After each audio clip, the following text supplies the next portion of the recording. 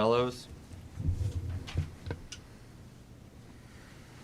Thank you, Madam President, the board members, superintendent, the treasurer, and fellow citizens and educators.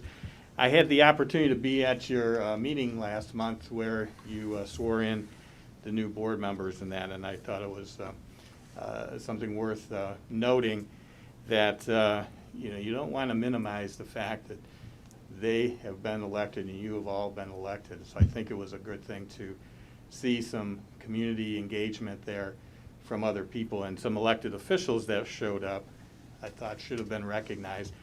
John Pleshnik, who's our county commissioner, Chris Galloway, who's our county auditor, who did do one of the swearing-in ceremonies, and Chris Kraniak, who's the Eastlake City Councilwoman.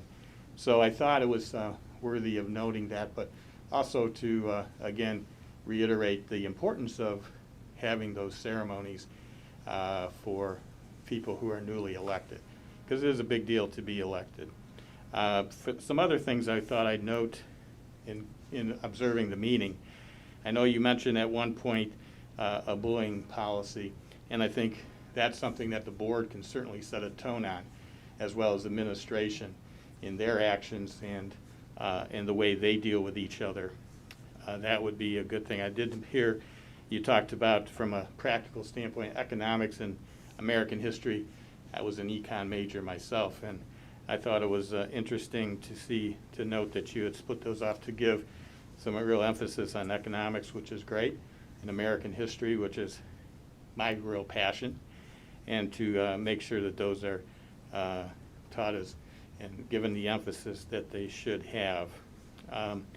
On a little bit of a lesser note, tonight, and I observed it at the last meeting, the Pledge of Allegiance is one of my little pet peeves as a longtime Boy Scout and others, that there actually is no pause, there's no comma between one nation and God.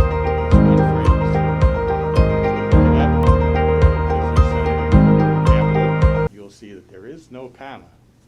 So when you do the Pledge of Allegiance, and that it should be one nation under God, all in one phrase. And my last point, which is probably the most important, is I've been on numerous boards and commissions.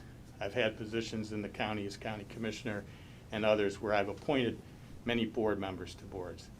And this is something that I talk to board members all the time and make mention and reiterate to them as board members, is your role and responsibility. Your role and responsibility is to set the policies. Your role then becomes hiring the CEO and the administration to carry out your policies, and then hold those people accountable for your policies. So I just wanted to reiterate that, because it's important, I think, across the county, as I've done this for many, many, many years to other boards and commissions, is just to make sure they remember what their roles and responsibilities are. Because after all, I've seen too many times where boards abdicate their roles and responsibilities to their CEO, and at that point, what do you need the board for? You just hire the CEO. So that was my final point. Thank you for your indulgence. Thank you.